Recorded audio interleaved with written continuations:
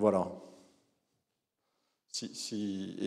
Et je vous invite, alors, au minimum, à l'issue des trois parties, à poser des questions, mais on est plutôt dans une configuration d'échange, donc n'hésitez pas à poser des questions. Quand il y en a une, on en regroupe deux ou trois pour les prendre au fur et à mesure.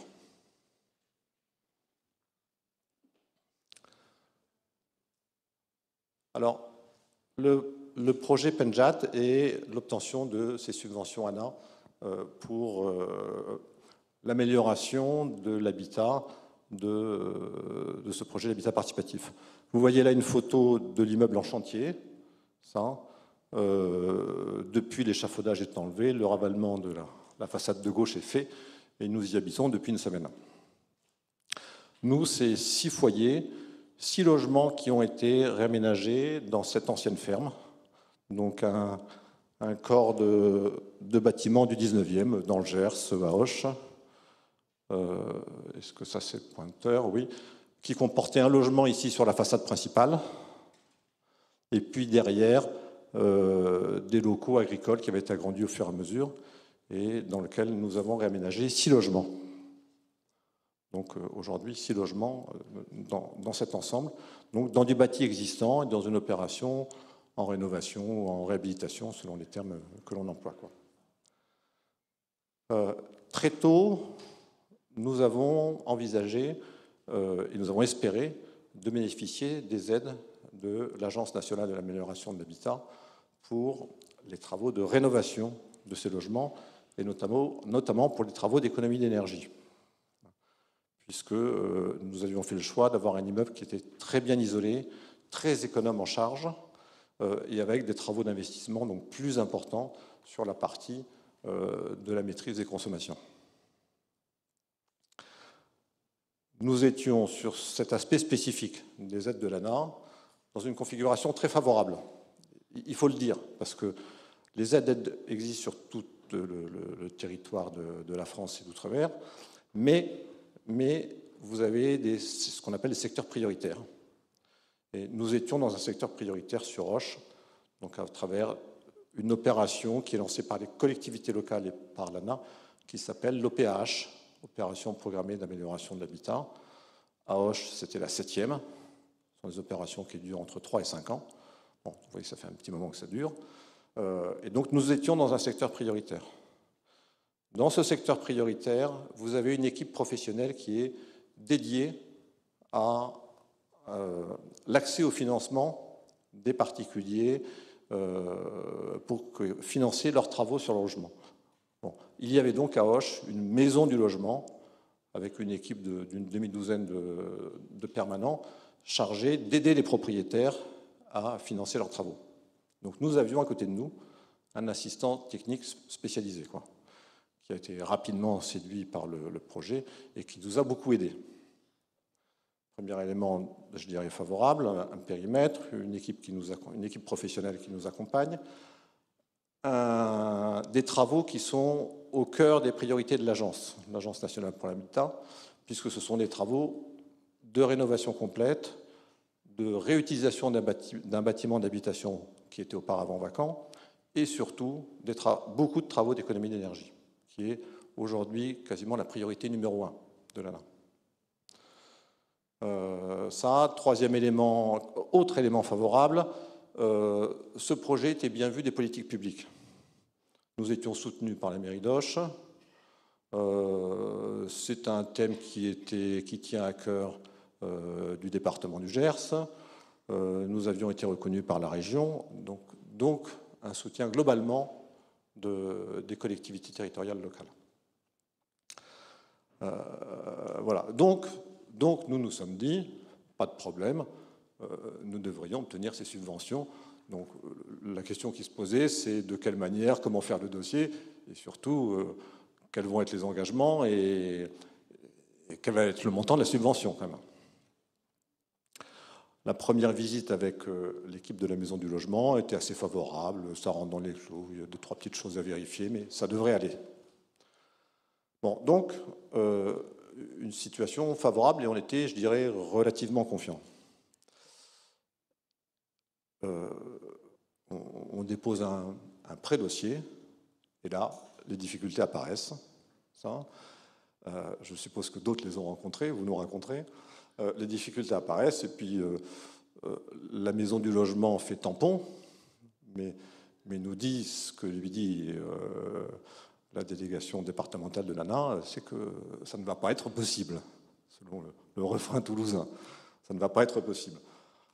Ça ne va pas être possible. Alors d'abord, on était en statut de société civile immobilière. On avait acheté l'immeuble en statut de société civile immobilière. Société civile immobilière, c'est possible. Sur la première page du site de l'ANA, l'ANA subventionne les SCI depuis des décennies. Mais il y a un petit alinéa qui dit qu'elle ne subventionne les SCI que si tous les actionnaires habitants de la SCI ont des revenus inférieurs au plafond imposable, puisque ce sont des aides qui sont fléchées spécifiquement sur des gens non imposables, sur des propriétaires occupants à faible revenu, pour les aider à faire des travaux d'économie d'énergie. Nous, sur 6 foyers, 4 foyers non imposables et 2 foyers qui payent des impôts. Donc, ça ne va pas être possible. Première déconvenue.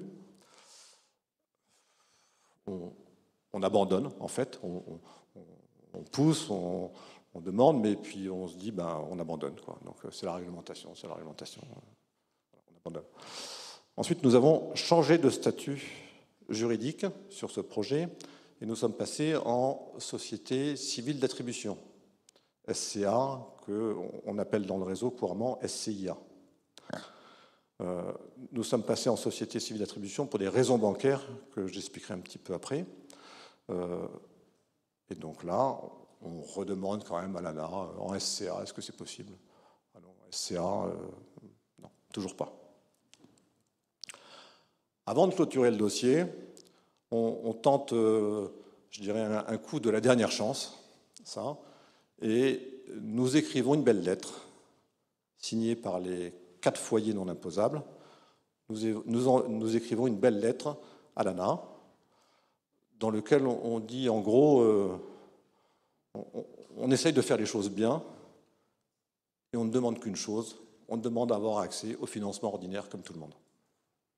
Et on fait vibrer la corde sensible de l'égalité, de traitement des citoyens, de ce qui est quand même un des fondements dans ce pays. Voilà. Et puis on envoie cette lettre à tous les élus locaux, aux maires, au président du département, aux députés, aux sénateurs. Bon, voilà. On arrose tout le monde. Et puis on se dit, ben, le dossier est clos. Et puis on voit arriver des lettres. Et le maire fait la sollicitation à l'ANA. Et le président du département fait la sollicitation à l'ANA. Et le sénateur, administrateur suppléant de l'ANA également, à titre de sénateur, fait la lettre à l'ANA. Et on arrive à attraper le député de la circonscription, qui fait partie de la majorité présidentielle. Il vient visiter. Et lui aussi fait la lettre. Bon, donc déjà, on est honoré de ce soutien des collectivités locales, qui est déjà une forme de reconnaissance, au moins qui fait plaisir. Et puis, il ne se passe rien. Et aux surprises, au cœur de l'été, le 31 juillet, nous recevons une lettre de la directrice générale de l'ANA qui nous dit « Nous allons trouver une solution pour votre dossier ». Voilà.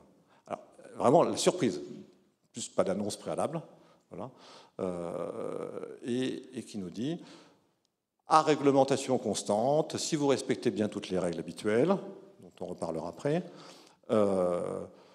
chaque foyer associé de la société civile d'attribution pourra obtenir une aide de l'agence. » Les 4 qui sont non imposables, tout à fait.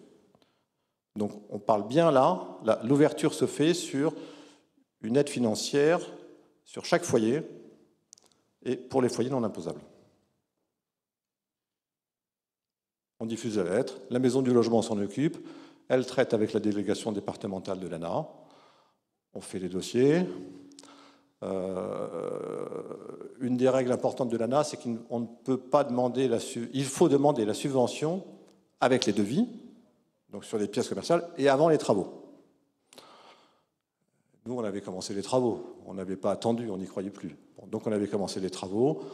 Une petite négociation a lieu auquel nous n'avons pas participé entre la Maison du Logement et l'ANA, et ils décident, on prend en compte la deuxième moitié de vos travaux, et donc on prend en compte que vos travaux d'économie d'énergie, et on ne prend pas la première moitié des travaux, considérant que les travaux sont déjà faits. C'est une négociation que nous, on a trouvée très, très honnête et très aboutie, quoi. Je remercie ceux qui l'ont menée, quoi. Et donc nous sommes subventionnés sur la moitié des travaux. Très honnêtement, ça ne nous dérange pas, parce que pour nous, c'était devenu inespéré. Voilà. Et au mois de décembre, donc c'était en 2020, et au mois de décembre 2020, les 4 foyers reçoivent leur lettre d'attribution de l'ANA, qui est le document contractuel d'engagement de l'agence.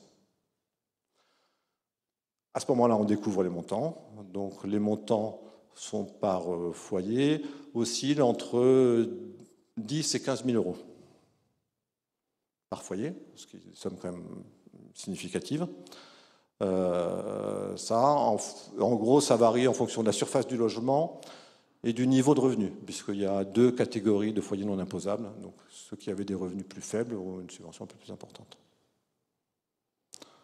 Nous sommes dans un secteur prioritaire. Donc dans le secteur prioritaire, la commune attribue 10% de subvention en plus. Donc un mois après, les 4 copropriétaires, les 4 associés, reçoivent une lettre de la mairie qui leur attribue une subvention de 10% du montant de la subvention ANA, maintenant qu'elle est connue. Voilà. Et le département, au titre de son action sociale, a apporté une subvention complémentaire à 2 foyers qui n'avaient pas de capital. Le critère du département, c'était il ne faut pas avoir de réserve à la banque, donc il fallait fournir un document de la banque, comme quoi ils avaient en dessous d'un certain montant d'épargne. Donc il y en avait 2 sur 4 qui pouvaient, et qui obtiennent, eux, une subvention forfaitaire de 2 200 euros. Bon, à l'arrivée, ces 4 foyers vont obtenir une subvention qui va osciller entre 12 et 18 000 euros par foyer. Bon, donc c'est quand même des financements conséquents qui pèsent à peu près 10%, bien 10% du coût des travaux, quoi. Ça, nous avons pris contact avec l'ANA pour essayer de sentir si c'était un cas particulier, une espèce de faveur, une exception, ou si c'était une porte ouverte des aides de l'ANA, en tout cas sur ce statut juridique spécifique qu'est la société civile d'attribution.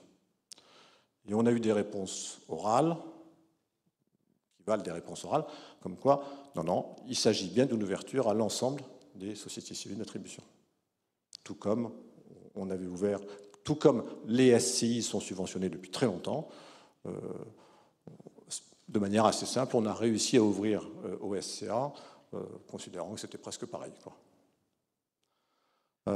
Bon, voilà le récit de cette petite situation qui fait que nous sommes un des premiers projets d'habitat participatif qui a obtenu une subvention de l'ANA, en tout cas avec ce statut-là. D'autres projets similaires avaient déjà reçu des subventions de l'ANA dès lors qu'ils étaient en statut de copropriété. Puisque la copropriété, c'est quand même... L'ANA subventionne deux statuts particuliers, les propriétaires occupants simples, vous êtes propriétaire d'un seul logement, de votre logement, et les copropriétés, partie commune, partie privative, quoi. Donc, pour des projets sous statut de copropriété, il n'y a pas de difficulté majeure, sauf la complexité habituelle d'un dossier en copropriété, quoi. Bon, voilà le petit récit que je m'étais engagé à faire, qu'on a cherché à diffuser sur HPF, parce que pour qu'il soit connu du plus grand nombre, et notamment de tous les projets qui sont sous ce statut de SCA ou SCIA, pour qu'ils puissent bénéficier de cette porte qui s'est entrouverte. Voilà, c'est aussi l'objet de cet atelier. Cette lettre de la directrice générale de l'ANA,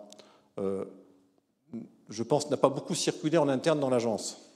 Donc, dans votre département, le plus simple, c'est de la diffuser soi-même. Bon, donc elle est sur le site d'HPF, ça. On l'a fait figurer dans une ou deux newsletters, mais si vous êtes intéressé et que vous tentez le coup, c'est à vous d'amener la lettre à votre interlocuteur ANA local, parce que probablement il ne la connaîtra pas. Voilà ce que je peux raconter sur cette histoire-là. Est-ce que vous avez des questions à ce stade-là? Alors, est-ce que je ne peux pas tout faire tout seul? Est-ce qu'une personne veut bien faire circuler le micro de chaque côté? Voilà, il y a un volontaire. Hop, je mets celui-là, si vous pouvez le faire passer. Tenez. Bonjour, je voulais savoir, si j'ai bien compris, dans le bâtiment dont vous parlez, il y a une partie qui était déjà habitable et une partie qui était anciennement des locaux agricoles. Et est-ce que dans ce contexte-là, l'ANA considère qu'on parle bien de réhabilitation de logement, sachant que ce n'était pas du logement avant les travaux? Alors, c'est une question traditionnelle de l'ANA, ça. Sur ce dossier-là, ça n'a pas posé de problème. L'ensemble de la maison est une maison d'habitation, juridiquement au cadastre et dans l'acte notarié. Ça n'a pas soulevé de problème. Je sais qu'à d'autres moments, ça peut le soulever, mais ici, ça n'a pas... Voilà. Mais c'est un point sur lequel il faut faire attention, hein.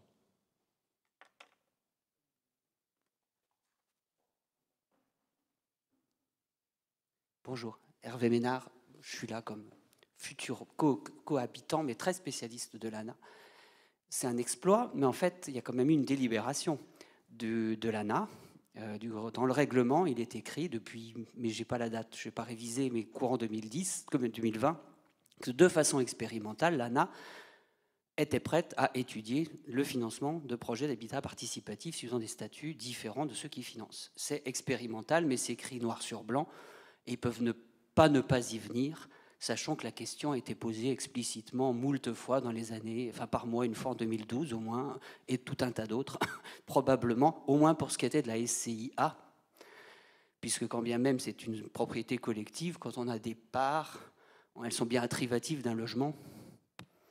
Donc c'était quand même, ils étaient bon, je sais pas, personne de l'ANA, un peu dur d'oreille de ne pas vouloir aller dans ce sens-là. Je pense que ce sera beaucoup plus difficile pour des coopératives, mais aujourd'hui, l'ANA a ouvert le champ de l'expérimentation.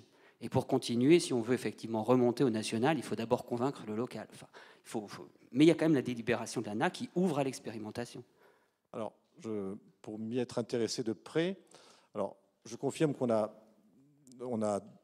il y a eu des demandes répétées à l'ANA d'ouvrir ces subventions à tous les statuts juridiques qui sont utilisés par les projets d'habitat participatif, c'est-à-dire il y a au moins une demi-douzaine de statuts juridiques de propriété collective. Ça. HPF avait réécrit en 2019 pour répéter cette question. Ça. Dans la lettre qui nous a été adressée, il est bien spécifié que c'est une réponse à réglementation constante et ils n'ont pas pris cette délibération que vous évoquez. Alors, il y a, si on est technique juste un instant, en tout cas des informations dont je dispose, le gouvernement a pris un décret en 2019 autorisant l'ANA à faire des expérimentations et à prendre une décision en conseil d'administration pour faire des expérimentations pour l'habitat participatif. Là, c'est bien fléché pour l'habitat participatif. Depuis 2019, l'ANA n'a jamais pris cette délibération parce qu'elle ne rentrait pas dans ses priorités. On le verra un tout petit peu après, quoi. Voilà. Et bon, donc la question je parle d'une porte entrouverte, hein, et c'est à nous collectivement d'ouvrir entièrement cette porte dans les années qui viennent. Merci de la précision, j'avais justement pas révisé, j'avais bien vu que c'était écrit, mais je n'étais pas allé au bout. Voilà. Merci. D'autres questions? Si vous avez eu des dossiers qui n'aboutissent pas, je dirais que c'est le bon moment pour en parler. Alors, il y avait madame d'abord et monsieur ensuite. Bonjour, ça marche? Déjà, je voulais savoir si votre SCA était en jouissance ou en propriété. Réponse de suite, en jouissance. D'accord, parce que nous sommes aussi réhabilitation, SCA en jouissance, et ça nous crée beaucoup de problèmes. Par rapport à l'ANA, effectivement, nous, on transforme une ancienne école en logement et il y avait 3 logements de fonction et toute la partie école n'est pas prise en compte pour un changement de destination. Donc ça rejoint la question de tout à l'heure et je trouve ça vraiment dommage, mais bon, c'est comme ça. Et j'avais une autre question, c'était... Je vous relance. Est-ce que vous pouvez dire à quel endroit se situe votre projet? Alors nous sommes en Normandie, à côté de Rouen, dans la vallée du Cailly. Nous sommes la dernière commune de la métropole de Rouen, ce qui est très très bien, parce qu'on est un peu extérieur, mais on bénéficie malgré tout de tous les services de la métropole. Et nous sommes dans une commune qui s'appelle Malonné, qui est portée par un maire très, très ambitieux, qui a fait beaucoup de choses au niveau écologique. Donc on est très heureux d'arriver là. Voilà. Et je voulais savoir aussi comment dans votre groupe vous aviez, si vous aviez réparti les subventions ou pas, ou si chaque foyer a pris les subventions auxquelles il avait le droit pour alléger sa quote-part, parce que nous, c'est une question qu'on commence à se poser. Merci. Alors, 2 réponses. La première sur la qualification des locaux. Depuis sa création, je ne sais pas si l'ANA existe depuis 40, 50 ou 60 ans, mais depuis sa création, l'agence ne finance que les logements existants avant travaux. Une règle de base, intangible. Donc, si le bâtiment n'est pas un logement avant travaux, et ça se constate sur l'acte de propriété, sur les documents juridiques, éventuellement à la visite quand il y a des interprétations à faire. Vous êtes logement, vous êtes habitation, vous avez le droit aux subventions, vous n'êtes pas habitation, vous n'avez pas le droit. Voilà. Donc la réponse sur l'école n'a rien à voir avec le projet participatif, c'est l'application d'un des fondements de l'agence. Voilà. Nous sommes nombreux à dire qu'il faudrait que ça change, mais je dirais c'est un débat qui ne concerne pas que nous et ça sera un combat sûrement très long celui-là. Sur l'autre partie, nous avions pris une décision en Assemblée générale pour dire que les subventions personnelles adressées à tel foyer restaient personnelles. De fait, elles sont versées à chaque famille associée. Voilà. Sur ce projet, on a partagé beaucoup de choses. On a partagé tout le financement, même s'il était avec des emprunts personnels. On avait déjà des participations solidaires de certains, pour faire simple, des 2 foyers qui ne payaient pas d'impôts.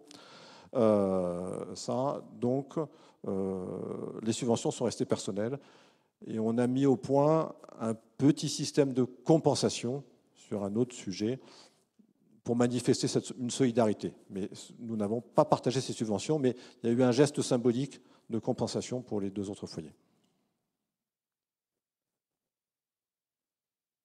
Bonjour, je ne connaissais pas le statut SCA avant de vous rencontrer. Est-ce que vous voudriez bien brièvement en parler? Alors peut-être enlever le masque parce qu'on ne comprend pas très bien. Pardon, je ne connaissais pas le statut SCA avant de se rencontrer et vous parlez aussi avec la dame de jouissance propriété, tout ça, ça m'est inconnu. Est-ce que vous pourriez bien brièvement parler de ce statut-là à nos créations d'entreprise? D'accord. Alors, c'est un peu une question un peu périphérique par rapport à l'atelier, donc je réponds en 1 minute, très tôt, et après il y a une autre question là-haut. La société civile d'attribution, donc dite SCA ou SCIA, c'est à mi-chemin entre la copropriété et la SCI, pour faire simple. Voilà. C'est un statut qui est fait pour l'habitation. Historiquement, c'est une loi qui permet aux promoteurs d'avoir un statut intermédiaire avant de constituer un immeuble en copropriété et de le vendre par lot en copropriété. Donc historiquement, c'est un outil juridique transitoire et intermédiaire. Que ceux qui restent en jouissance, et la partie en jouissance, c'était justement pour cette phase intermédiaire, et aujourd'hui, nous utilisons cet ancien statut qui existe depuis 40 ans de manière définitive et en restant en jouissance, en restant délibérément dans cette phase de transition. Voilà. Le principe, les parts de la société sont regroupées en groupes. Le groupe est indivisible. Le groupe de parts est indivisible. Vous avez 173 parts pour le logement numéro 1. Et les 173 parts, on les vend en entier, mais on ne peut pas en vendre une sur les 173. C'est un bloc indivisible. Le bloc indivisible est lié à un logement, le logement est lié à un associé, et en ce sens-là, c'est là où c'est un peu une situation intermédiaire avec la copropriété.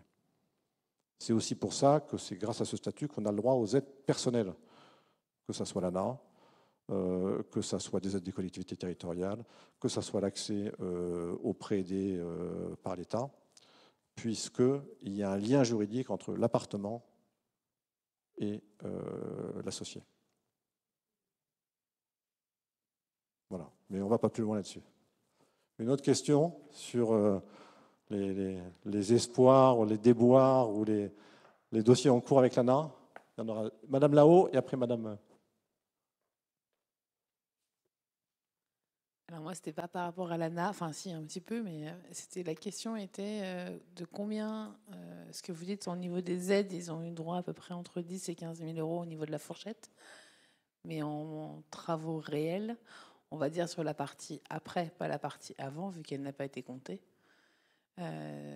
Au niveau, combien vous en avez eu de travaux par personne? En gros, combien en pourcentage ça valait L'ordre de grandeur, les logements ont coûté entre 150 et 200 000 euros.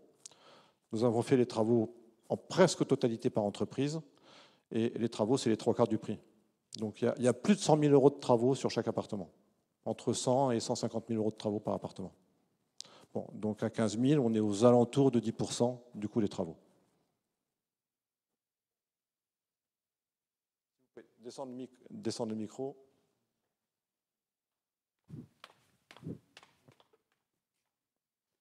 Oui, je vous remercie.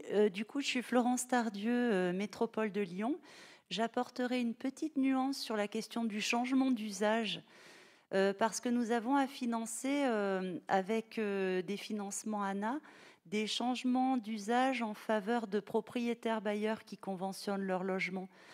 Donc, par extension, je me dis que les choses peuvent évoluer aussi vis-à-vis des occupants. Tout à fait. Merci de cette précision, et on vous invite à pousser dans ce sens-là. Tout à fait, on va devenir délégataire de type 3, c'est-à-dire qu'on prend en gestion à partir de 2022 les aides de l'ANA, et on espère du coup avoir certaines souplesses pour expérimenter plus.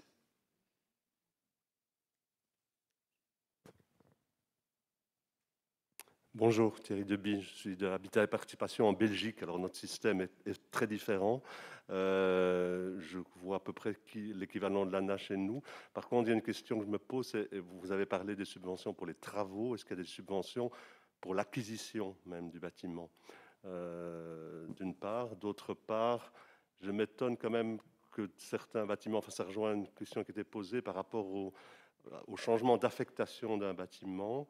Est-ce que s'il y a une demande d'affectation d'un bâtiment type agricole, il faut d'abord passer par le permis de construire ou permis d'urbanisme et pour pouvoir obtenir éventuellement une subvention?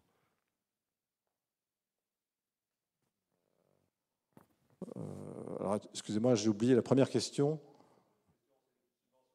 Oui, non, alors, subvention à l'acquisition, la réponse, l'Agence nationale, l'ANA, ne finance jamais les acquisitions, exclusivement les travaux et parfois les études d'architectes. Ça. Il y a quand même très peu de subventions en France sur l'acquisition. Voilà. Ensuite, sur la question de l'affectation, juridiquement, cet immeuble était considéré en totalité comme un immeuble d'habitation. Et ce que j'ai appelé les bâtiments, les parties qui étaient plus à usage agricole derrière étaient dans le même bâtiment, dans le même toit et dans le même statut juridique. Voilà. Mais c'est une question délicate sur laquelle il y a à chaque fois l'interprétation sur la qualification des logements. Une question ici.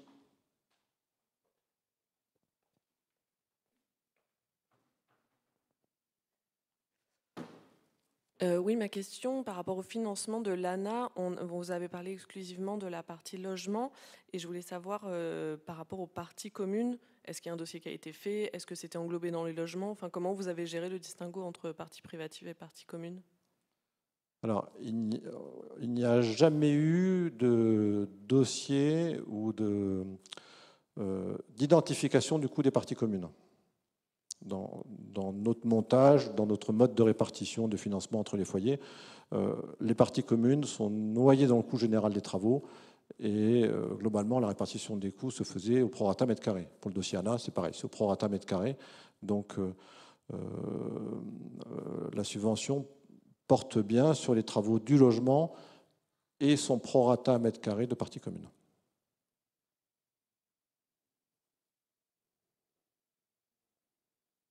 Une autre question ou pas? Allez, une question de monsieur, et puis après on va passer à la deuxième partie. Bonjour, si je comprends bien, chaque foyer a dû faire une demande en son nom propre. C'était 4 dossiers séparés. Ouais, c'est 4 dossiers séparés. À l'arrivée, ça fait 10 dossiers, parce qu'il y en a 4 pour l'ANA, il y en a 4 pour la ville d'Auch, et il y en a encore 2 pour le département.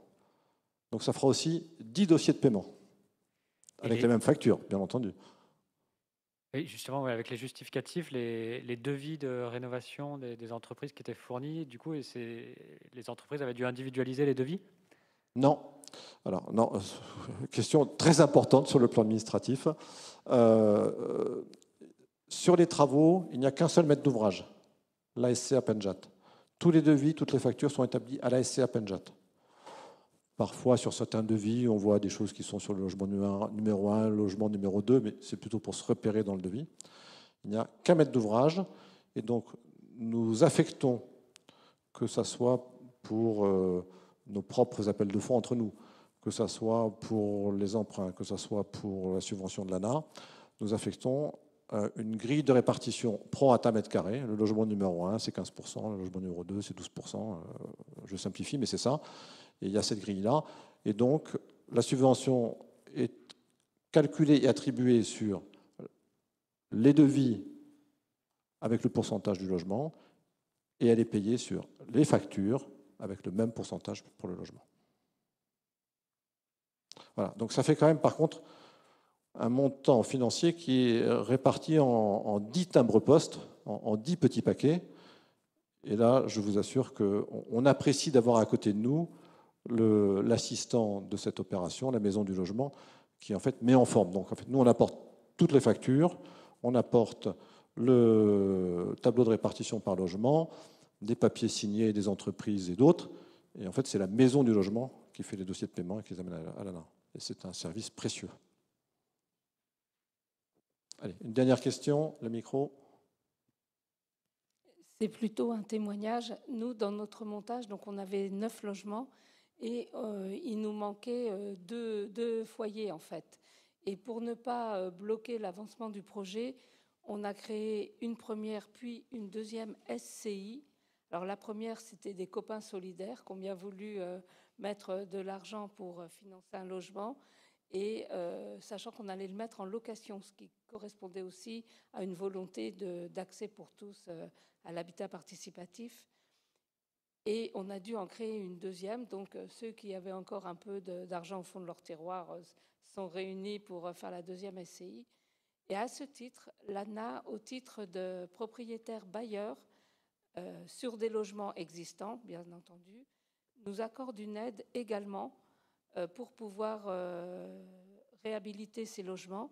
Par contre, il y a une contrepartie qui est de louer à un tarif. Alors, il y a 3 tarifs et l'aide est en fonction de ce qu'on choisit. Il y a très social, social et loyer modéré, je crois. Enfin, quelque chose comme ça. Donc, c'est aussi une possibilité qui est accordée, voilà, qui peut être parfois une solution ou d'attente. Par contre, on s'engage à louer pendant 9 ans, ce qui est quand même un réel engagement. Non, là, ce n'est pas sous condition de ressources, c'est dans l'optique de réhabiliter pour louer à loyer modéré. Allez, pour conclure cette première partie, je vous fais lecture du paragraphe de cette lettre du 31 juillet, donc qui ouvre droit. Alors, toutefois, une solution a été recherchée pour permettre à réglementation constante, l'accompagnement des projets émergents similaires à celui que vous portez. On a bien une ouverture à tous les projets. Il s'ensuit que les ménages potentiellement éligibles aux aides de l'ANA, en fonction de leurs ressources, on est bien, subvention à chaque foyer en fonction des ressources, sont invités à déposer une demande de financement individuelle par ménage, membre de la SCA et occupant un logement dans le bien immobilier. C'est aussi pour les propriétaires occupants. Chaque demande devra être accompagnée d'un calcul de la participation du ménage aux travaux de rénovation des parties communes ou individuelles, attesté par le gérant de la SCA. C'est le tableau de répartition prorata mètre carré dont je vous parlais. Voilà, je dirais, le document qui entrouvre la porte pour ce statut juridique. Pas encore pour les autres, mais pour ce statut juridique.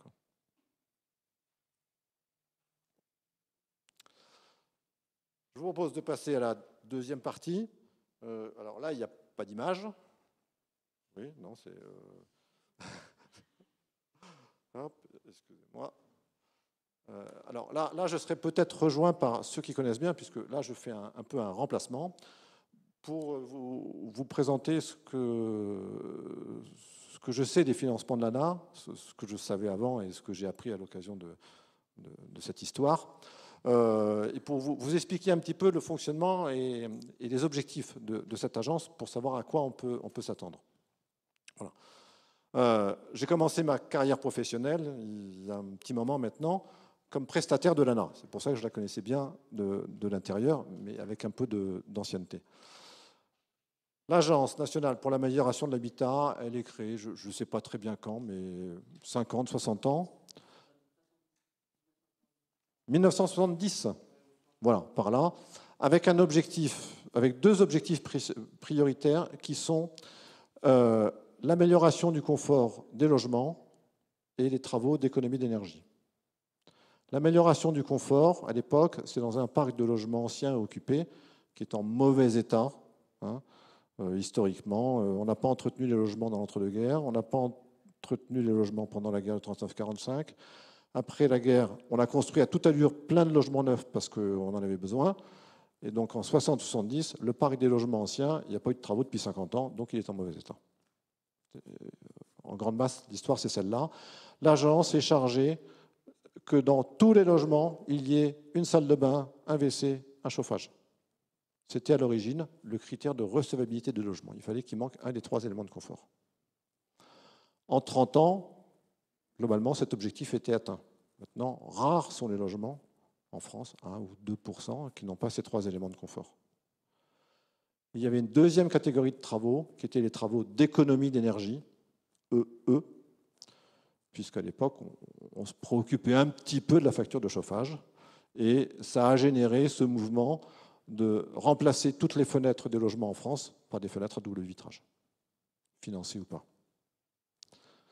Voilà. Un système de subvention aux propriétaires privés.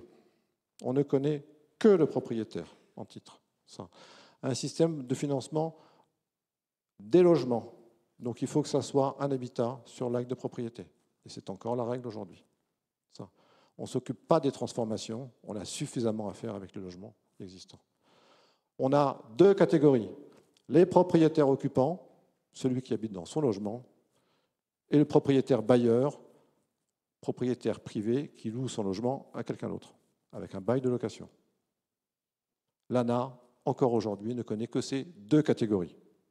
Et là, vous voyez, pour ceux d'entre vous qui ont choisi le statut coopératif, le problème qui apparaît, parce que quand on est en statut coopératif, on n'est ni l'un ni l'autre. Et l'ANA ne connaît que ces deux statuts, propriétaire occupant, propriétaire bailleur. Voilà, des subventions qui sont attribuées sur devis avant que les travaux commencent et payées sur facture. Ce système-là, cette règle-là n'a pas changé depuis 50 ans. Un système qui, à l'époque, était largement décentralisé dans les directions de l'État, dans chaque département. Et ça reste encore, puisqu'il y a encore une délégation dans chaque département, et qu'au titre des différentes lois de décentralisation, la compétence de l'attribution de cette subvention, ce qu'on appelle des aides à la pierre, lorsqu'il y a une aide publique aux travaux, une aide à la pierre, cette compétence est maintenant déléguée depuis plusieurs années à des collectivités locales, et donc en commençant par les plus grandes, en commençant par les métropoles. Donc c'était le témoignage de Madame tout à l'heure, qui va exercer d'une certaine manière cette compétence à la place de l'ANA, à un moment donné. les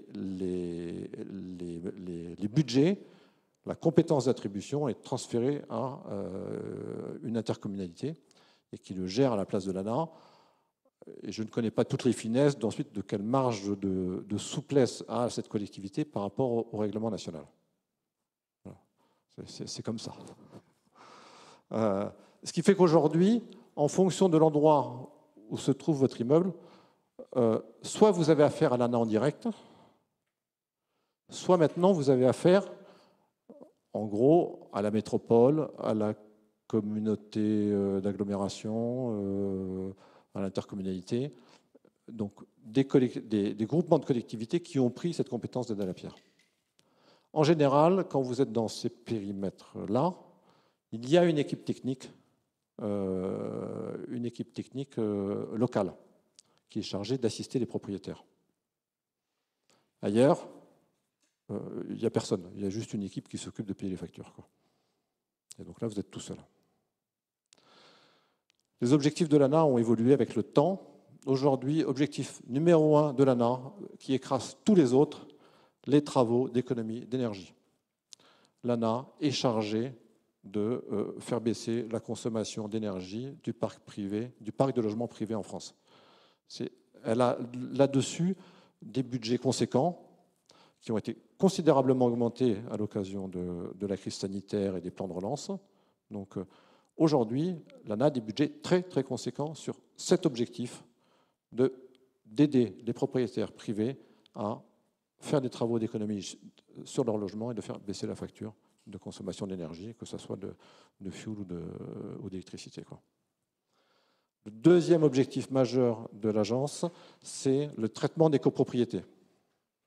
Donc, notamment les copropriétés plus âgées, les propriétés de grande taille, des copropriétés qui ont du mal à faire face à leur évolution et à la dégradation de leur bâti, hein, qui est un problème alors là, plutôt en ville, ça, que connaissent bien les métropoles. L'ANA est le principal financeur des projets de réhabilitation des copropriétés.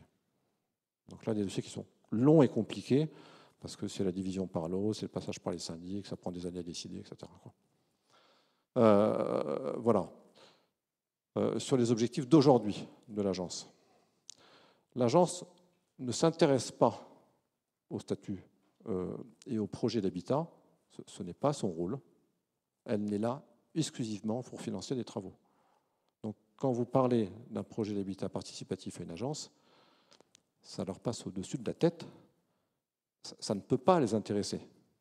Eux, ils ont d'objectifs qu'il y ait des travaux, point barre. Voilà. Donc on perd son temps si on essaye de convaincre de l'intérêt de notre projet d'habitat participatif à cette agence, puisque c'est une agence exclusivement centrée sur les travaux. Donc très honnêtement, ça ne sert à rien. Voilà. Ça fait un peu mal au cœur, mais ça ne sert à rien. Et autre évolution récente, c'est le lancement de MaPrimeRénov'. Donc vous avez peut-être entendu parler, il y a eu un peu de publicité là-dessus. Alors là, c'est un changement important dans l'agence, et c'est un changement d'abord de recentralisation. La direction centrale à Paris a lancé un mode d'attribution des subventions par Internet, sans contact humain, uniquement sur un site, avec donc ce qui s'appelle MaPrimeRénov'. Les objectifs de ce système sont considérables. Hein. Ils ont l'objectif de faire 500 000 dossiers par an, 50 000 dossiers par mois. Donc c'est une grosse machine industrielle et une grosse machine automatique de distribution de subventions sur travaux. Voilà. Et donc vous faites tout sur le site. Le site existe depuis 2 ans, à peu près, 1 an. Comme tous les sites au début, ils ne marchaient pas bien. La première année, l'année dernière, ils ne marchaient que pour les logements individuels. Cette année, ils ont ouvert aux logements collectifs, c'est-à-dire les copropriétés, quoi. Dès qu'il y a plus de 2 logements dans un même immeuble. Au début d'année, ça ne marchait pas. Aujourd'hui, je ne sais pas, mais ça s'améliore au fur et à mesure. Oui.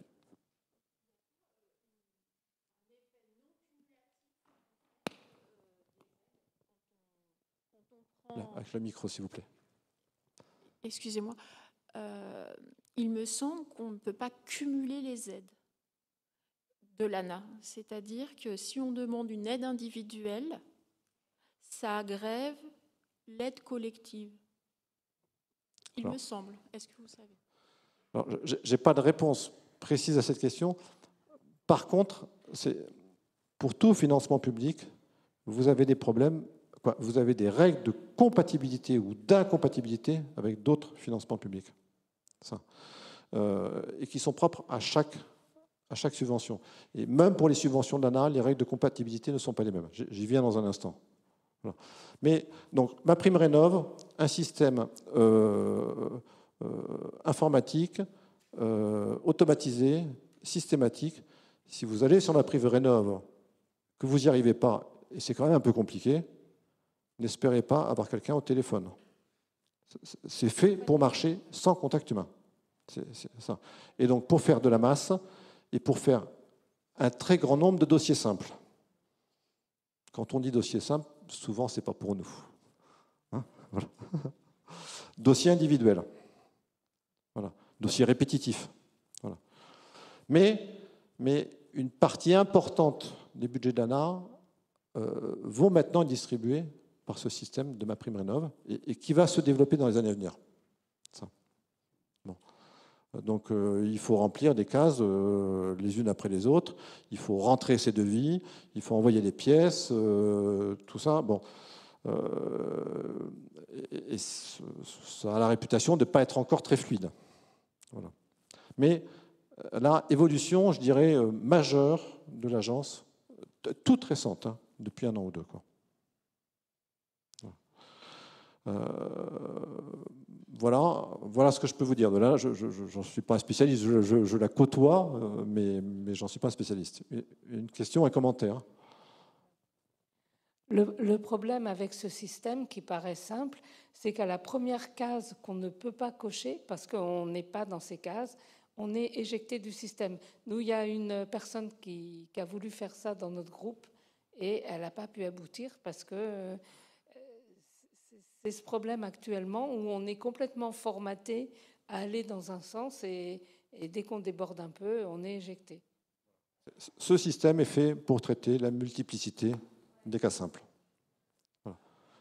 Et donc, c'est un système qui n'est pas encore ouvert, je ne sais pas s'il le deviendra, mais en tout cas, il n'est pas ouvert à des gens qui sont un peu avertis au maniement des déclarations sur Internet et au maniement des devis et au maniement des pièces administratives.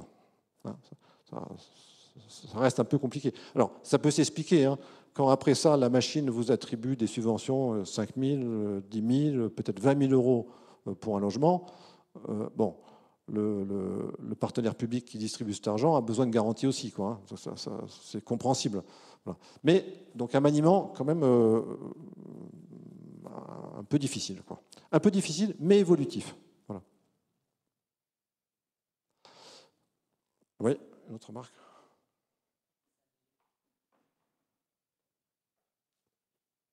Pour revenir à des choses plus positives pour l'habitat participatif, il y a quand même bien un troisième objectif qui subsiste et qui est très fort, c'est la requalification des immeubles très vétustes ou insalubres.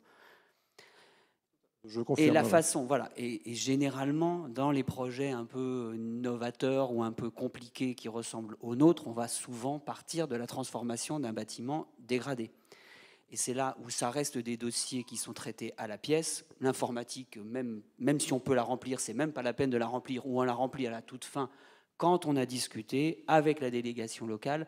Donc vraiment, et là-dedans, la question de la transformation d'usage, le texte est très clair. Mais si la politique territoriale, la collectivité est d'accord et que l'ANA locale est d'accord que pour de façon dérogatoire, il y a de la transformation d'usage, c'est possible. Enfin, c'est possible, mais que de façon dérogatoire, que de façon justifiée. Donc, je reviens sur ce que vous disiez.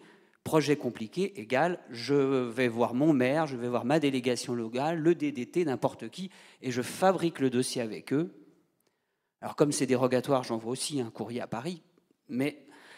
Et dès lors qu'on traite un immeuble insalubre, et aujourd'hui les objectifs de l'ANA restent ambitieux là-dessus, et il y a de moins en moins de projets, alors parce que l'ANA favorise la réhabilitation thermique, peut-être, mais il y a toujours autant de besoins et cette ligne reste toujours aussi prioritaire. Si d'aventure les porteurs de projets d'habitat participatif viennent répondre à cette case, c'est bien parce qu'ils viennent répondre à cette case auquel plus beaucoup de monde ne répond que l'ANA va être contente à ouvrir les portes et aux dérogations. Enfin, tactiquement, philosophiquement, c'est bien ça la clé d'entrée. Après, par contre, on bute à la difficulté de l'attribution en propriété, enfin, qu'effectivement l'ANA ne connaît pas ou ne veut pas bien connaître la propriété collective ou ne sait attribuer qu'à des personnes ou des SCI. Mais à ce moment-là, c'est pour faire du locatif. La SCI est finançable depuis longtemps, mais dès lors qu'elle se comporte comme propriétaire bailleur et qui ne peut pas louer. Et les textes disent qu'on ne peut pas louer à l'un des associés de la SCI, sinon c'est pas subventionnable par l'ANA.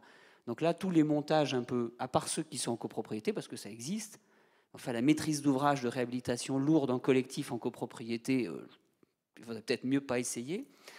Voilà, donc, mais là, quand même, je pense qu'il faut... Enfin, c'est vraiment il y a un créneau à prendre, parce que l'ANA, aujourd'hui, a du mal à trouver, il y a moins de maîtres d'ouvrage où les gens... les investisseurs un peu récurrents qui, il y a 10, 15, 20 ans, demandaient des sous à l'ANA, aujourd'hui n'en demandent plus parce qu'il y a d'autres règles fiscales. Il y a quand même un gisement à prendre. Et dans ce gisement, l'école désaffectée d'un village, s'il y a un PLH, enfin, un programme politique qui dit que c'est très important de recréer du logement dans ce village, que c'est cette maison dont il faut changer l'usage, elle est adaptée à faire du logement et que c'est prioritaire et que tout le monde le défend, c'est pas interdit que ça soit impossible. Mais par contre, ça se construit.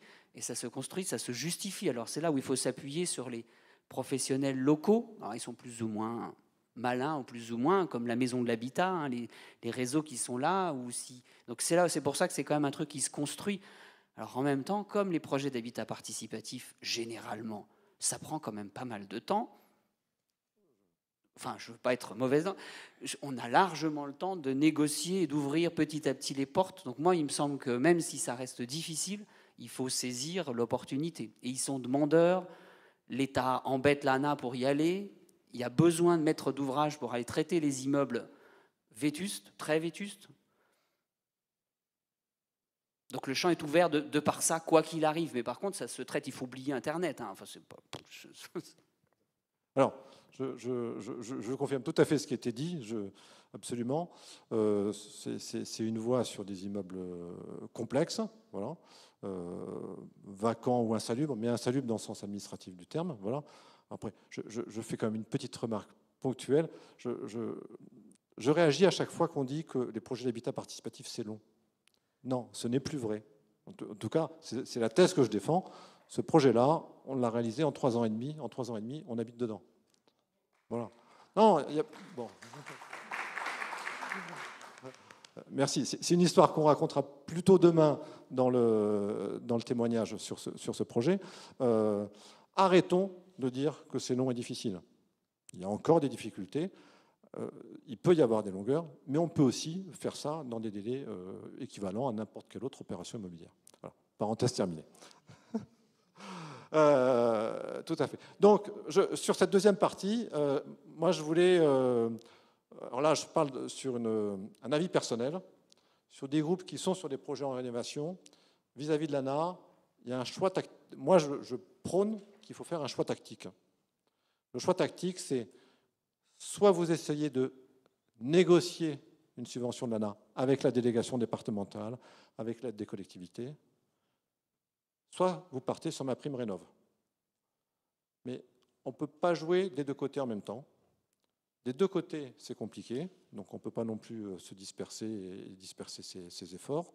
Mais aujourd'hui, il y a 2 voies. Peut-être que demain, il n'y en aura qu'une. Alors, il y a 2 voies de manière globale. En fonction de son site, souvent, il n'y a qu'une seule voie.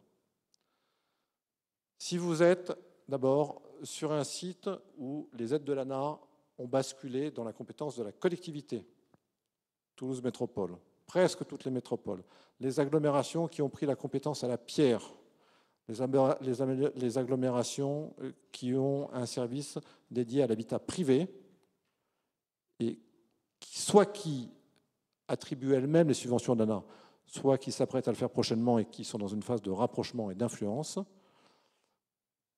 En général, il y a des équipes techniques, d'assistance aux propriétaires, pas toujours.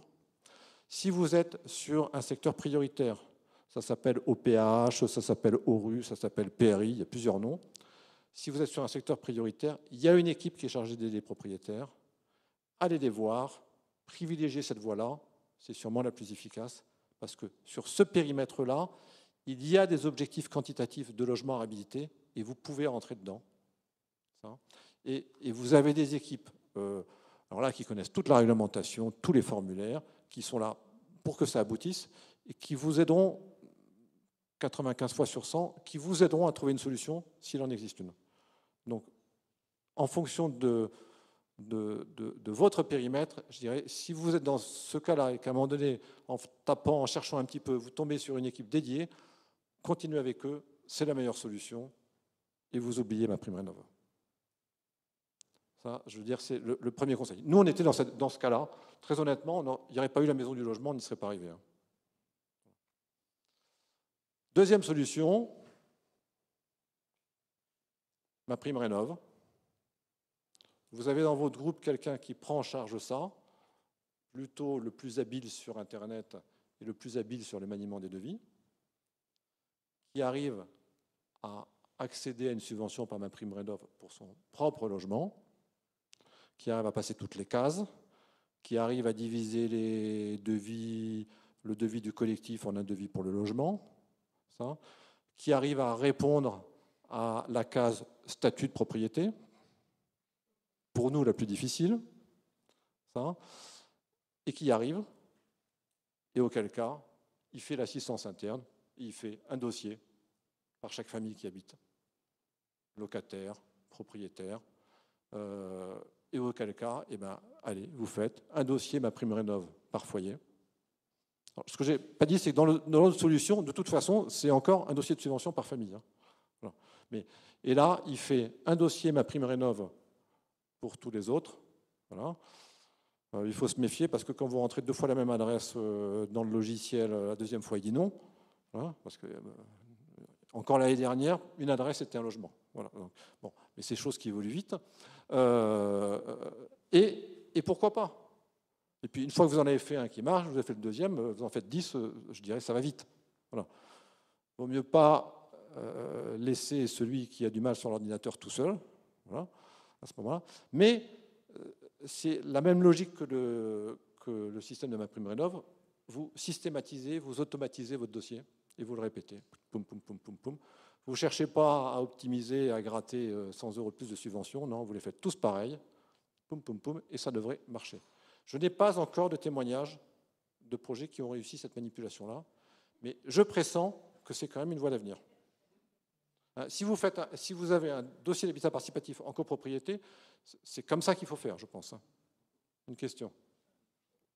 Le micro. Oui, merci déjà pour votre témoignage et votre présentation. Ma question, c'est justement, via MaPrimeRénov', système de tableau de répartition en fonction des codes par mètre carré et tout, est-ce que c'est pris en compte ou pas du tout dans le cadre de votre projet? Par exemple, vous n'auriez pas pu passer par MaPrimeRénov'? Ou alors? Nous, on a fait la cote-part, mais cette règle de cote-part mètre carré, mais c'était déjà notre règle avant de faire le dossier ANA. Hein. Voilà. Donc, on l'a appliqué. Mais c'est une règle très ancienne de l'ANA, parce qu'en copropriété, c'est comme ça que ça marche. Hein. Un logement, tant de tantième. Donc, l'agence est formatée pour ça depuis sa création. Donc, ça marche. Donc, ça marche, ok, merci. Oui, ça marche.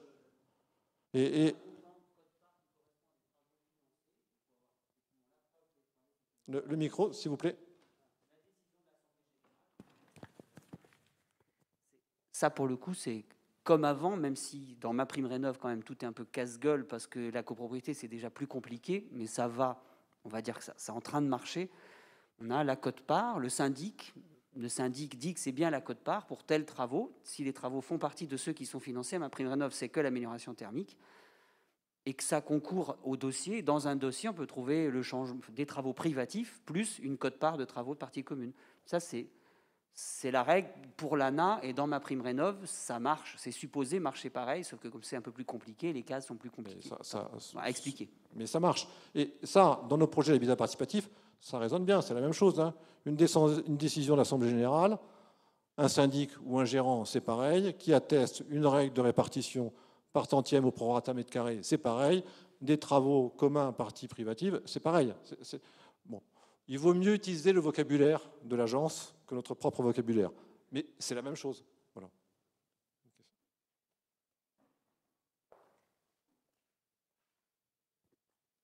Oui, j'ai une double question en lien avec ça, qui est, moi dans mon projet, on en est au démarrage, là on va, je l'espère, acquérir le foncier bientôt.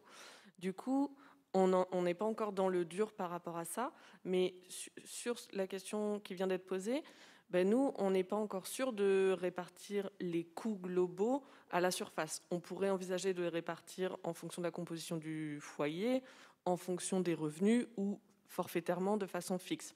Du coup, de ce que je comprends, finalement, on aura juste à faire un tableau de répartition en disant, bah, nous, c'est pas la surface, mais le logement, enfin, tous les logements sont, mettons, à 10%, ou une autre répartition. Ça, c'est ma question 1 sur une autre répartition. Et la question 2, puisqu'on est au démarrage, etc., dans nos réflexions sur les statuts juridiques, on a évoqué la SCI, la SCIA, la copropriété, mais donc ce que je comprends, ce que je retiens, c'est que ces 3 statuts qui passent, si on envisage d'autres formes, et on a un tout petit peu évoqué la coopérative, mais du coup, voilà, quid d'autres formes juridiques?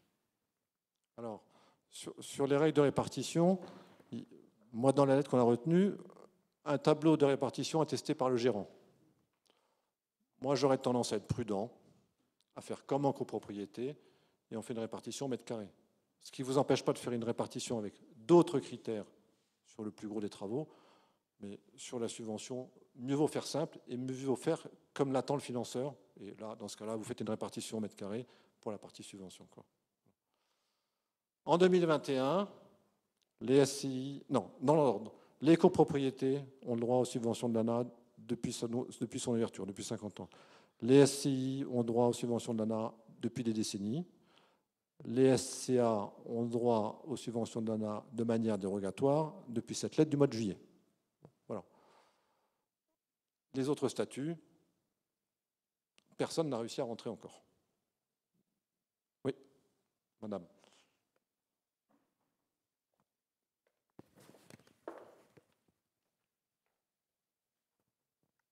Oui, simplement une précision peut-être sur ma prime rénov, parce qu'effectivement, il est difficile d'avoir un interlocuteur. C'est des aides qui peuvent être attribuées à titre individuel. Alors, à la copropriété, ma prime rénov continue à être gérée par l'ANA ou les collectivités, ce qui vous permet d'avoir un interlocuteur. Et à ce jour également, il existe toujours Habiter mieux sérénité, où là, on a une instruction aussi, ANA ou collectivité, avec un interlocuteur. Donc, si jamais vous n'arriviez pas à bénéficier de ma prime rénov du fait d'un contexte informatisé qui le rendrait trop complexe, mais que pour autant vous atteignez un bon niveau de performance énergétique, parce qu'il faut maintenant baisser de 35% les consommations pour pouvoir prétendre aux aides HMS, Habiter mieux sérénité, vous pouvez quand même retrouver l'interlocuteur ANA ou collectivité pour faire ce montage qui peut-être sera plus en capacité de s'adapter à vos particularités. Je vous remercie de ce témoignage. On est bien dans la première hypothèse que j'exposais. Et quand vous avez des agents du service public territorial, dont je fais partie aussi à titre professionnel, qui vous font un message comme ça, allez les voir, la porte est ouverte. Voilà.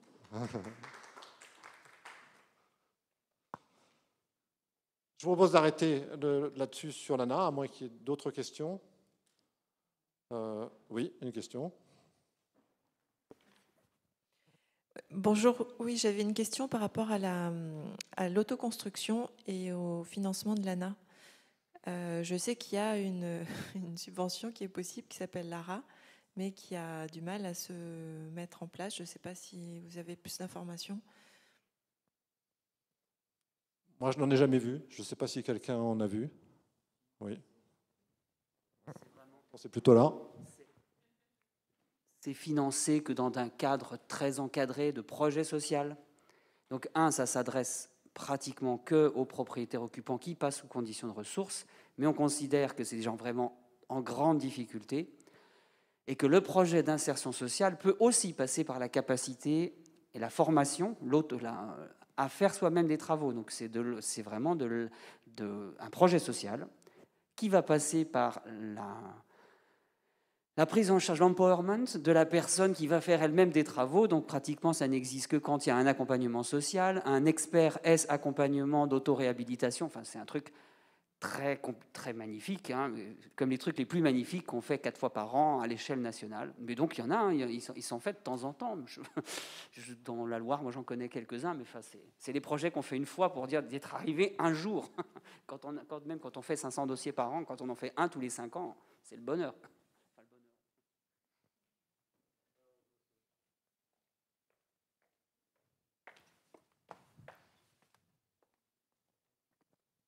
Oui, sur cette même question, en Belgique, ça se pose évidemment aussi, parce que beaucoup de gens dans l'habitat participatif font de l'autorénovation ou de l'autoconstruction. La solution qui était trouvée, c'était de financer le coût des matériaux, et évidemment pas mais donc, ça ne fonctionne pas en France. Okay. Merci. J'avais une autre question, parce que vous avez évoqué, pour moi, ce n'est pas très clair, les travaux communs des parties privatives. Ça veut dire que les travaux sur les parties collectives ne sont jamais subventionnés. D'où ma question, si c'est ce qu'on appelle une colocation, c'est-à-dire pas vraiment un habitat où chacun, mais un habitat de type communautaire, avec living, cuisine commune, etc. Est-ce qu'il y a des subventions au pourcentage sur les parties collectives du logement ou pas?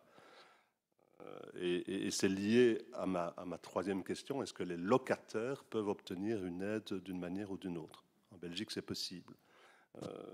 Voilà.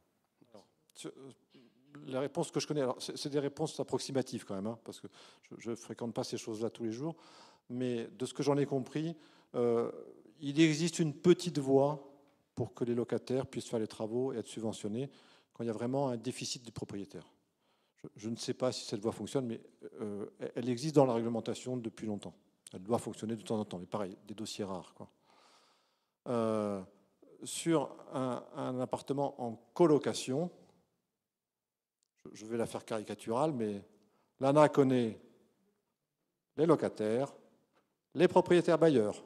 Entre les deux, elle ne sait pas faire. Donc, vous demandez une subvention sur une colocation, vous augmentez la difficulté par 100 uniquement avec ce mot-là, quoi. Voilà. Donc, en tout cas en France. Bon, pourtant, la colocation, c'est une réalité importante du marché de l'habitat en France, mais bon, les réglementations mettent du temps à suivre. Ensuite, sur la première question, si les travaux sur les parties communes sont financés par l'ANA, et depuis très longtemps. En copropriété, le principal statut collectif en France, les travaux sur les parties communes sont bien subventionnés par l'ANA depuis toujours. Sur ce dossier-là, en SCA, les parties communes ont été subventionnées. Noyées dans le coût global des travaux, affectées au prorata mètre carré, mais les parties communes ont été subventionnées aussi. Voilà. Attribuées sous forme d'une subvention à chaque famille, avec une subvention pour son logement, plus son prorata partie commune. Mais, voilà. Mais les parties communes sont bien subventionnées, comme le reste des travaux, quoi.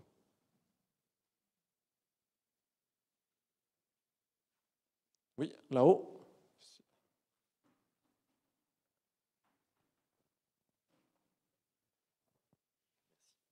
Vous parliez au début de secteurs prioritaires. Je me demandais, j'imagine qu'ils sont identifiés sur le site de l'ANA où on peut les trouver facilement. Et je me demandais dans quelle mesure on peut obtenir des aides selon qu'on est en secteur prioritaire ou non. Je pense que ça se trouve sur le site de l'ANA. Je ne le fréquente pas tous les jours, mais je pense que oui. Le site prioritaire, il apporte des subventions un peu plus bonifiées, parfois un petit peu plus élevées, ça, entre autres parce qu'il y a d'autres partenaires qui financent, mais surtout, il apporte une attention prioritaire, il apporte la présence d'une équipe technique qui vient aider les propriétaires, il apporte une capacité de déposer des dossiers dérogatoires, alors que c'est quasiment impossible ailleurs. Voilà ce que ça apporte, le secteur prioritaire. Et pour nous qui avons des dossiers souvent, alors toujours collectifs, souvent innovants, souvent plus compliqués. Pour nous, c'est un atout considérable d'être en secteur prioritaire. Voilà.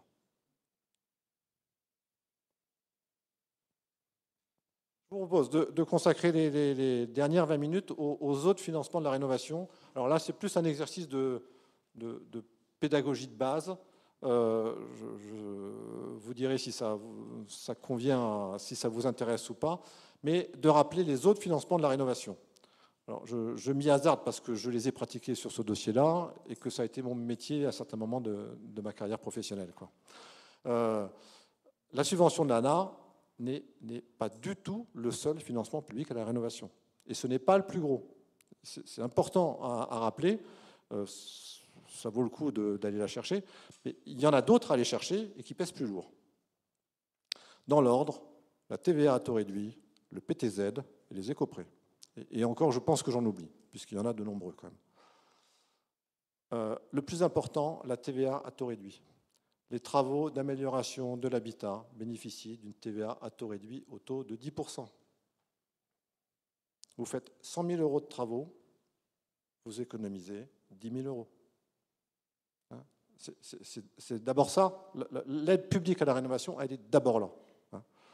Lorsque vous avez un projet qui rentre dans le taux de TVA à taux réduit à 10%, les travaux d'économie d'énergie, les mêmes que ceux dont on parle depuis 50 ans, l'isolation, la chaudière, les doubles vitrages, je caricature, mais ces travaux-là bénéficient, eux, d'une TVA au taux de 5,5%. Donc quand vous avez un dossier d'amélioration de l'habitat qui passe en TVA à taux réduit, la TVA, statistiquement, elle va vous coûter à peu près 9%, parce que vous avez les 3 quarts des travaux à 10 et un quart des travaux à 5,5. Donc en gros, vous payez une TVA à 9. Si vous êtes en 9, vous payez la TVA à 20. Si vous êtes en auto-réhabilitation, vous faites vous-même les travaux, vous ne payez pas la main-d'œuvre, ou vous la payez un peu au black, et vous achetez vos matériaux, au marchand de matériaux, et là, vous payez la TVA à 20. Donc, aujourd'hui, la TVA à taux réduit sur les travaux d'amélioration de l'habitat, elle est très commune, elle est rentrée dans la tête de tout le monde. Vous avez un petit formulaire à remplir, vous remplissez le formulaire, hop, et c'est naturel. Mais il faut se rendre compte que c'est une aide fiscale importante. C'est la plus importante de tout. Nous, notre dossier, j'en reviens à mon exemple, on a fait plus de 900 000 € de travaux confiés à des entreprises. L'économie de TVA, 90 000 €. C'est presque 100 000 €. C'est quand même ça le plus important.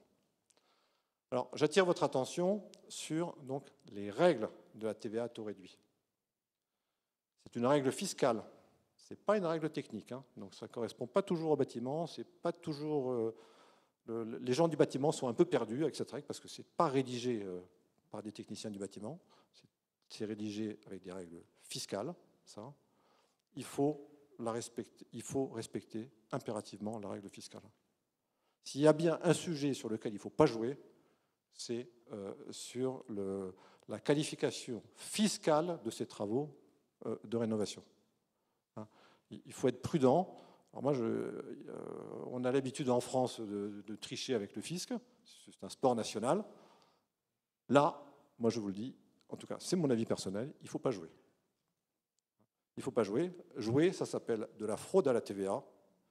La TVA est l'impôt qui rapporte le plus à l'État français, à notre collectivité nationale. C'est là où il y a le plus de contrôle et c'est là où il y a le plus d'enjeux de récupération d'argent. Donc là-dessus, il faut être méthodique, prudent, bien respecter la réglementation, bien rentrer dedans. Si vous n'êtes pas de l'habitat, vous n'avez pas le droit à la TVA à taux réduit. S'il y a une quinzaine de critères pour obtenir la TVA à taux réduit, si vous respectez 14 critères sur 15, vous n'avez pas le droit. Et bien entendu, dans le groupe d'habitants, il y en a un qui va dire « mais ouais, on pourrait quand même le tenter, etc. » Moi, je vous dis, prudence. Il y a des contrôles, il y a des requalifications. C'est de la fraude. Bon, donc, on ne peut pas en même temps demander une subvention ou demander des financements aidés aux collectivités locales et à l'État et en même temps frauder sur la principale taxe sur les travaux. On n'est pas cohérent. Quand ça vous tombe dessus, il n'y a plus personne pour vous défendre, et à juste titre. Donc là, vraiment, je vous invite à vous pencher sur cette question-là, à bien la regarder. C'est objectivement compliqué, c'est difficile de trouver des conseils, ça, mais le fait de profiter de la TVA à taux réduit, c'est un avantage considérable du financement de la rénovation, et il faut le faire de manière très rigoureuse. Voilà.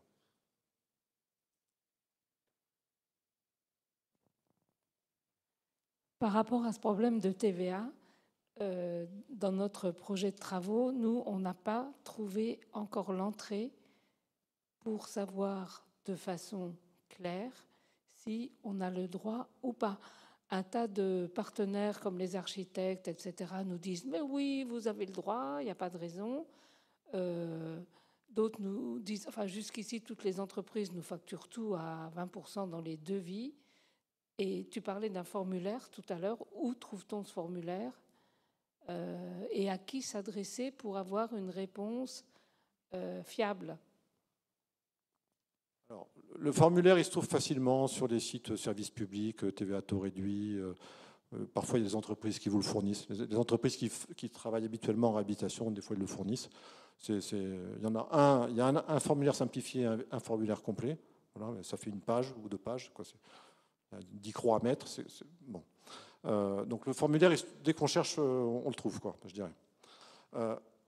Trouver un conseiller, alors là, très difficile. Très difficile. Très honnêtement, je ne suis pas sûr que ça existe. Il y a un peu de littérature là-dessus, mais pas énormément. Les gens du bâtiment, l'architecte, l'entreprise, elle a quelques repères, mais dès que c'est compliqué, ils ne savent pas trop. Ils répondent avec bon sens. Et le bon sens, parfois, ne suffit pas en matière fiscale. Très difficile de trouver un conseiller. Donc, moi, je fais que le témoignage de ce que ici. Ici, on était proche de la limite. Donc, on a fait très attention à rester dans des travaux de TVA à taux réduit d'amélioration de l'habitat. Il y a des travaux que nous nous sommes interdits de faire pour cette raison-là. Voilà. Mais c'est nous qui nous sommes plongés dans cette réglementation fiscale. Quoi. Dans votre cas, parce qu'on a un peu parlé du cas de Rouen, quand vous avez 3 logements dans une école, les 3 logements y ont le droit juridiquement, parce que c'est de l'habitat. L'école n'y a pas droit. Si c'est une seule opération immobilière, il y a une règle de droit en France, le principal emporte l'accessoire. L'école emporte les locaux annexes. Et vous n'avez pas droit. Mais ce n'est pas un avis sur votre dossier, hein, ce serait trop simple. Une question là-haut et une autre ici.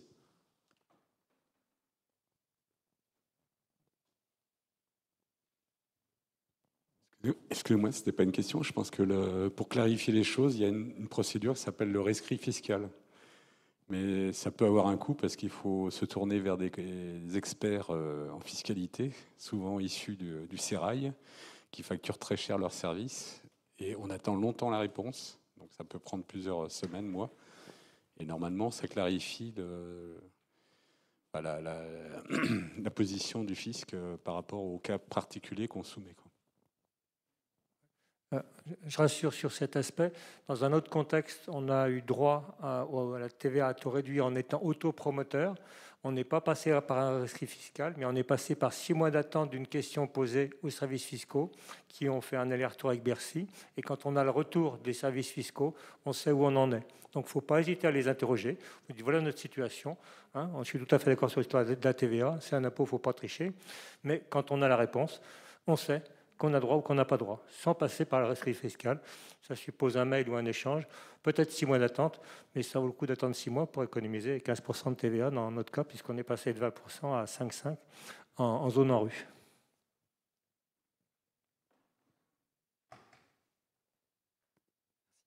Le formulaire là, pour la TVA à taux réduite, c'est au nom de la société, la SCA, du coup, c'est pas...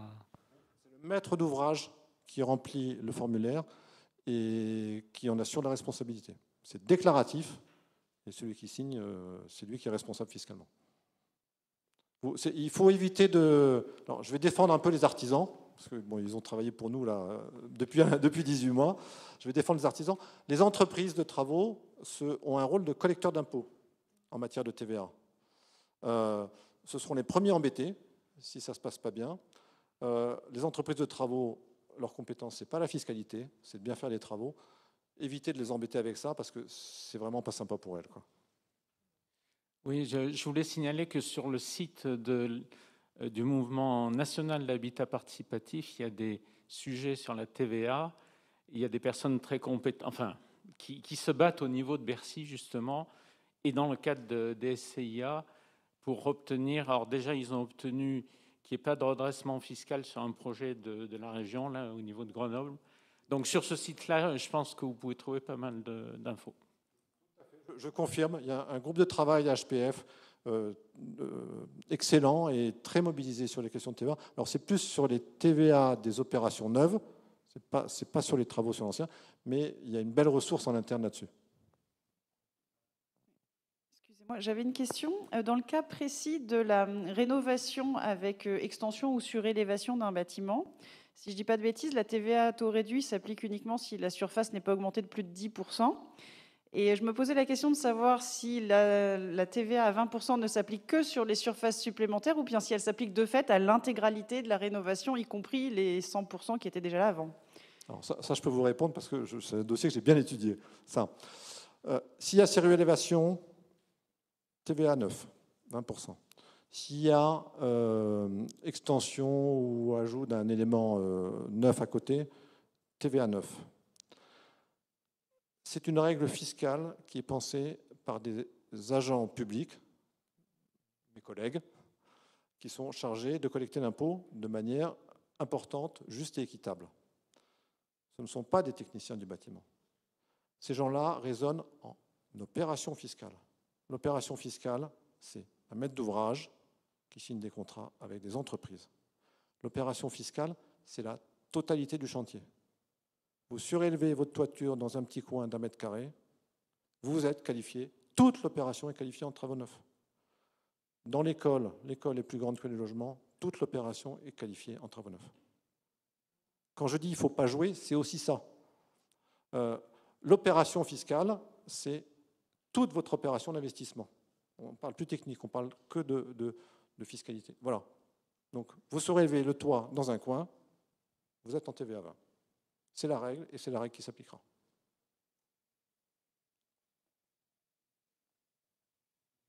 Apporter un témoignage sur la TVA réduite liée à la réhabilitation.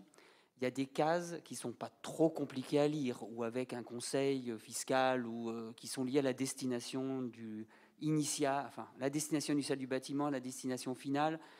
La case la plus ambiguë et celle sur laquelle jamais personne ne s'engagera autre que vous, c'est des quotités de travaux. Il y a un gloubi-boulga de fiscalistes qui parle de technique, et comme c'est un gloubi-boulga, c'est absolument incompréhensible. Ce n'est pas fait pour être compris, donc ça n'est pas fait pour être interprété. Donc, la seule bonne nouvelle dans cette affaire, c'est qu'il n'y a pas eu tant de... Donc, quand on fait de la réhabilitation très lourde, on ne sait pas si... Personne n'est capable de dire si ça marche ou si ça ne marche pas. Il n'y a pas tellement eu de redressement. Il y en a eu, mais peu. C'est-à-dire que si vraiment l'État, le fisc, alors c'est un peu contradictoire avec ce que vous avez dit sur la prudence, avait voulu redresser des projets de réhabilitation lourde, ça fait belle lurette que la TVA ne s'appliquerait plus du tout sur les projets de réhabilitation lourde. Il se trouve que le fisc a, comme c'est incompréhensible, ce qui a été écrit, ce qui est compréhensible, c'est quand même les réparations du gros œuvre. Là où c'est à peu près simple, c'est qu'il ne faut pas refaire plus de 50% du gros œuvre, alors c'est par typologie. Quand on refait plus de 50% des planchers en neuf... Il est presque 10h30, donc on ne peut pas rentrer dans ce détail-là. Mais il y a certains éléments. Ce qu'il dit là est important. On ne peut pas aller plus loin. Oui, on va pas. Mais donc ça peut, par contre, comme vous l'avez dit, là ça vaut le coup quand même de réfléchir un petit peu, c'est que ça peut donner des stratégies techniques, c'est-à-dire pour rentrer, pour se à peu près sécuriser, il y a certains types d'interventions qu'on ne se permettra pas de faire pour s'assurer de rentrer, notamment sur les planchers. Mais là, les architectes qui ont l'habitude de faire la réhabilitation, ils ont quand même quelques notions. La dernière question. Ouais. Je voulais juste réagir par rapport à ce que vous disiez, s'il y a une surélévation et d'autres travaux qui donnent droit à la TVA à taux réduite. Nous, sur notre projet, on est dans ce cas-là, et j'avais vérifié, il me semble qu'on peut bien distinguer, faire une facture avec la TVA à 20% pour la surélévation et une TVA à taux réduit pour les travaux de rénovation, d'isolation, je ne sais pas quoi. C'est un cas particulier dont on peut parler pendant des heures. C'est un cas sur lequel vous êtes sur la ligne jaune. Voilà. Là, c'est au-delà de mes compétences, de nos compétences pour l'examiner. Mais sachez que vous êtes sur la ligne jaune. Difficile de trouver quelqu'un pour vous conseiller, mais regardez-le bien, attentivement. C'est un point délicat à bien regarder, et puis après, vous prenez votre choix, prenez votre risque. Il me semble qu'on avait trouvé une source officielle qui disait que c'était envisageable, quoi. Et puis l'autre point, c'était par rapport à le sujet de la TVA sur les SCIA, le sujet du redressement, l'assujettissement des SCIA à la TVA. Il me semble que ça concerne aussi ces travaux de TVA à taux réduit, puisque du coup, la SCIA refacturait à ses associés une TVA à 20%, y compris sur les travaux qu'elle a payés à 5,5, et ça ferait perdre le bénéfice de cette TVA à taux réduit, quoi. De ce que j'ai compris. Je crois savoir que c'était sur une opération de travaux neufs, mais je ne suis pas sûr. Parce que ça concerne aussi la TVA sur le bien qui est acheté, sur le terrain ou je ne sais pas quoi. Voilà. Qui, c'était qui plus, n'a pas de TVA TVA. Plus une TVA sur les acquisitions foncières. En fait, ça concerne toute en tout cas, la bonne nouvelle, c'est que le redressement a été arrêté et que le fisc n'a pas reconnu son erreur, ça ne se fait pas, mais a indiqué qu'il ne prélèverait jamais l'amende qui avait été envisagée. Voilà. Donc le dossier, c'est bien terminé sur cet aspect-là. Juste en conclusion, je cite deux choses, on ne va pas en parler, mais je cite deux choses sur les financements de la rénovation. Vous avez aussi le PTZ, le prêt à taux zéro, qui existe dans une version PTZ pour l'ancien. Lorsque vous achetez une maison ancienne et que vous faites des travaux importants, plus des 3/4 du budget ou plus des 2/3, je ne sais plus, mais en tout cas, il existe un prêt aidé par l'État, PTZ, pour les gens non imposables. Chez nous, sur 6 foyers, il y a 3 foyers qui ont obtenu le PTZ. Les conditions d'accès sont difficiles. C'est une aide considérable de l'État sur les primo-accédants non imposables. C'est une vieille politique française d'accès au logement, de soutien à l'accession à la propriété. Si vous avez accès au PTZ, ça, c'est une aide qui ne se rate pas. C'est vraiment intéressant pour ceux qui ont le droit. Voilà. C'est compliqué, mais vraiment, ça vaut le coup. Ça, vous avez aussi les éco-prêts, donc qui sont des prêts aidés par l'État à taux zéro sur 5, 10 ou 15 ans, jusqu'à 30 000 € pour spécifiquement les travaux d'économie d'énergie. C'est aussi une aide de l'État intéressante, bon, un peu moins en ce moment parce que les prêts bancaires sont à des taux relativement modestes, mais c'est quand même une aide. Elle est elle aussi très compliquée, il faut rentrer dans toutes les cases, tout le monde râle sur les formulaires qui sont objectivement compliqués, les coprêts, mais notamment quand vous avez des gens qui ont des difficultés d'accès au crédit bancaire, les coprêts, c'est une solution. Voilà. Il faut aimer faire les papiers, mais c'est aussi une aide de l'État et il ne faut pas hésiter à s'en servir. Je vous propose qu'on s'arrête là. Il nous faut respecter l'horaire, c'est l'heure de la pause. Je vous remercie bien et puis bon financement.